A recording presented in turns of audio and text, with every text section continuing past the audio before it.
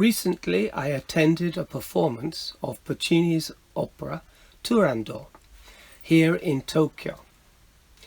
This opera is famous not only because it was his last opera, written in 1924, but because we do not know how it ended, as Puccini did not complete the libretto. There are many theories, but no answers. However, I believe I know how Puccini intended the opera to end. The story takes place in Peking, mainly at night, and opens with the execution of a prince. He had attempted to court a Chinese princess, Turandot, the beautiful daughter of the emperor. But there is a twist. Only a prince who can answer 3 riddles can claim her hand. If he fails, he is executed. As the lyric states, 3 riddles, 1 death. Like many people of the time, Europeans had a very stereotyped idea of China, as can be seen by the names of the 3 mandarins in the opera, Ping, Pong and Pang. The Princess Turandot was very beautiful, but also very cold, the original ice princess, and many princes had lost their lives courting her. Now Prince Calaf asks to take the riddle challenge, which he wins, but then the princess is ambivalent about marrying him. He then makes a counter-offer. If she can discover his name before daybreak, then he will accept death. And this is when Calaf sings the famous aria Nessun Dorma, meaning nobody shall sleep.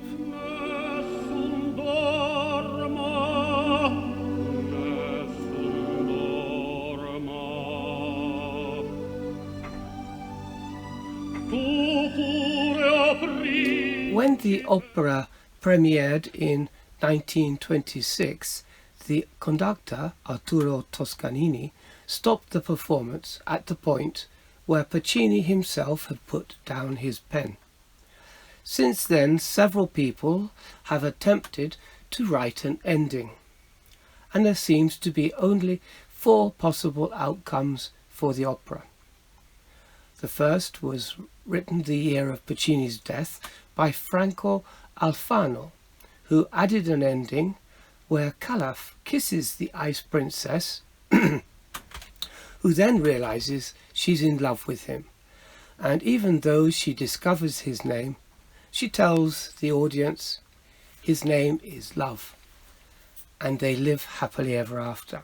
This is the fairy tale version of the ending. A toned down version of this ending was introduced in 2002 by Luciano Berio. In his ending, Turandot and Calaf leave the stage together, but quietly and in the dark. There is no triumphal chorus celebrating their betrothal, and the audience is left to wonder whether the couple could ever find happiness. The third option is to have Calaf executed, even though he won the challenge, and this ending has been performed by the conductor Anton Coppola. The last option was for Turandot to kill herself, as she could not accept that she had lost her own challenge. This was the version I saw by artistic director Alex Ole, and I felt it was a very unsatisfactory ending. A final option would have been to have Calaf banished from China, but this has not been explored to date. One problem has been that any change to the opera needs the permission of the Puccini Foundation in Italy, who insist on revising any new ending. The libretto was based on a similar book written by the German poet and philosopher Friedrich von Schiller in 1801, which was based on an earlier work by Count Gozzi, who himself had adapted a 12th century story called The Seven Beauties. This was a collection of 7 stories aligned with the 7 days of the week, the 7 colours, and 7 planets. Turandot's story was the Tuesday story, aligned with Red and Mars. Knowing this, it is possible to understand the ending that Puccini wanted for Turandot. The answer is simple. It is based on alchemy. The story takes place at night and the denouement at dawn. In other words, from darkness to light.